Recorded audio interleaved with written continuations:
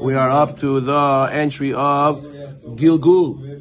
Gilgul, which means rebirth or reincarnation. So he says part of believing in the Torah is believing in emunat Gilgul, believing that there's a concept of reincarnation, rebirth, where a person's neshama comes back to this world again. And therefore, since we know this, meaning the concept is a person didn't fulfill a mitzvah or did a certain avera and didn't do teshuvah and didn't fulfill the mitzvah he was supposed to, so Hashem sometimes sort of punishes him that he has to come back to this world and do that tikkun for that mitzvah or tikkun for that avera. And it's a suffering. It's a suffering to come back to this world and live your whole life again. And it's a big risk, because also maybe this Gilgul you'll mess up even more.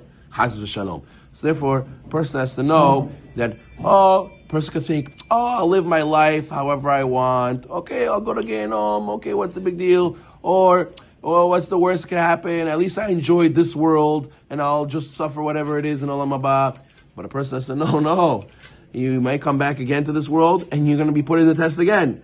And Chas v'shalom, next time, it won't be as good as this time. Chas v'shalom, maybe you'll have a handicap.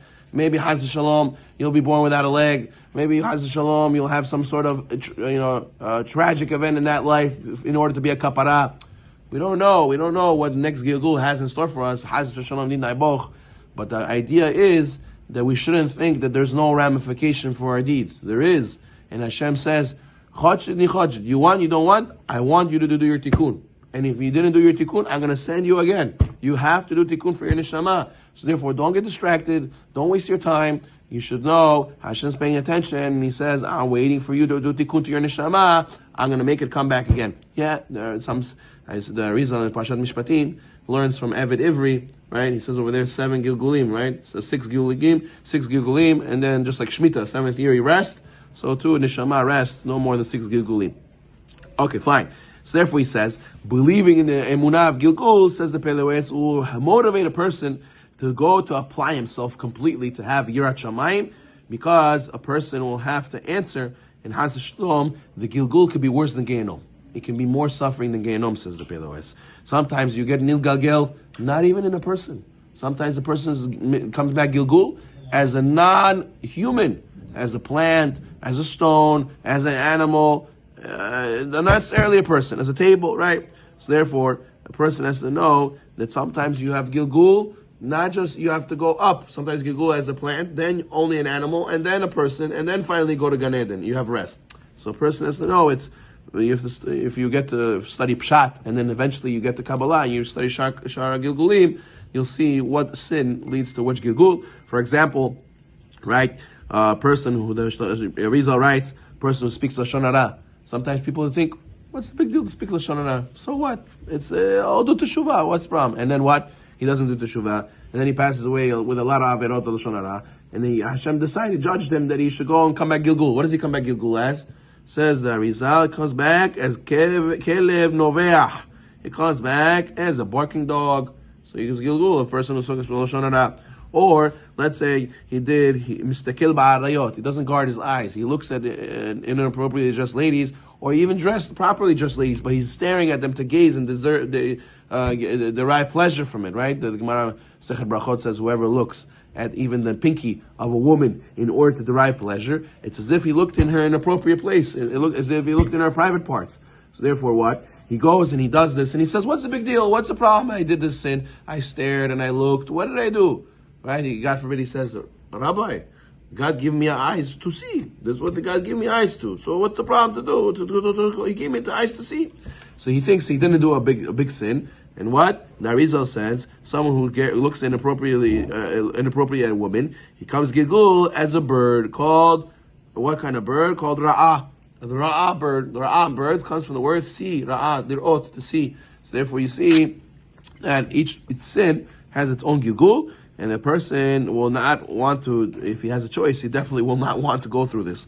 Therefore, a person will think twice before he goes and makes these decisions to do these sins. As the Rizal himself, many times he met people and he told them what Gilgul they are. He saw there was a a soul of a person inside of a goat. There was a goat that was Nidgalgel. He was a person before. He was Nidgalgel as a goat for a sin that he did before. He didn't keep the laws of the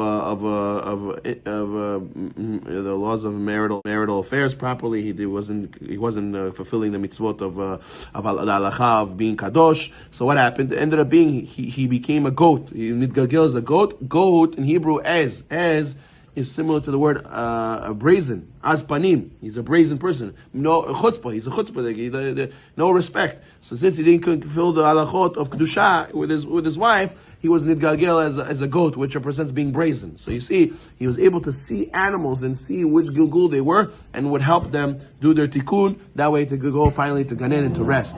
So therefore, a person has to know that when you hear these things, says the Pele Yoetz, Tismar sarot enosh. Your hair on the back of your head should stand up and say, "Oh my goodness, this is something that we have to think twice about, because it's not so simple to go and make these decisions to do averot. It's so simple. Everything has a huge ramification. There's a bgam, there's a blemish we do in Shamayim on our soul. We have a soul here, we have a soul in Shamayim, and we blemish that soul and we do sins. Yeah, you could do teshuvah and you made it, and now you're not a rasha. But at the end of the day, you still made a blemish. You still made a blemish in Shamayim. So therefore, a person has to do tikkun. Tikkun. The people fast. The Sholavim people now are fasting for tikkun abrit.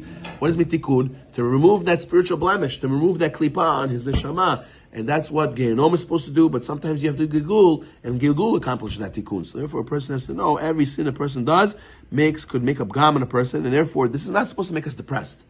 Oh, there's some people who hear this say, "Oh, Rabbi, we're all going to Gehinom anyways. We're all sinners. Oh, we're all going to come back Gilgul anyways." That's not the Pele Yoetz is not saying to this to us in order we should feel like that. He's telling us to us in order we should be empowered. We say, you know what? This is serious. Hashem really wants us to do tikkun. We got to do it. It's so important. Look what system He made that we should for sure fulfill our purpose. So why should we go to that point? Let us be strong and do it now, because we see this is important. That Hashem says there's no running away. Like Yonah, he ran away from Hashem. Hashem says, no, you can't run away. I'm always going to find you. I'm always going to bring you back. You can't run away from me. That's the Gaon Vilna says. Why do we read Yonah on Yom Kippur? Because Yonah is a mashal for neshama. The neshama thinks he can run away from Hashem, not do mitzvah, do whatever they want. And Hashem says, don't worry, I will find you and I will bring you back. Not because I hate you, not because I want you to suffer. Because you must do tikkun for your neshama. You must bring the Geulah. You must bring the Mashiach. You must do your part. No person left behind. So therefore we should have the strength to be able to remind ourselves of this and do our mission in this world. Baruch Na'olam.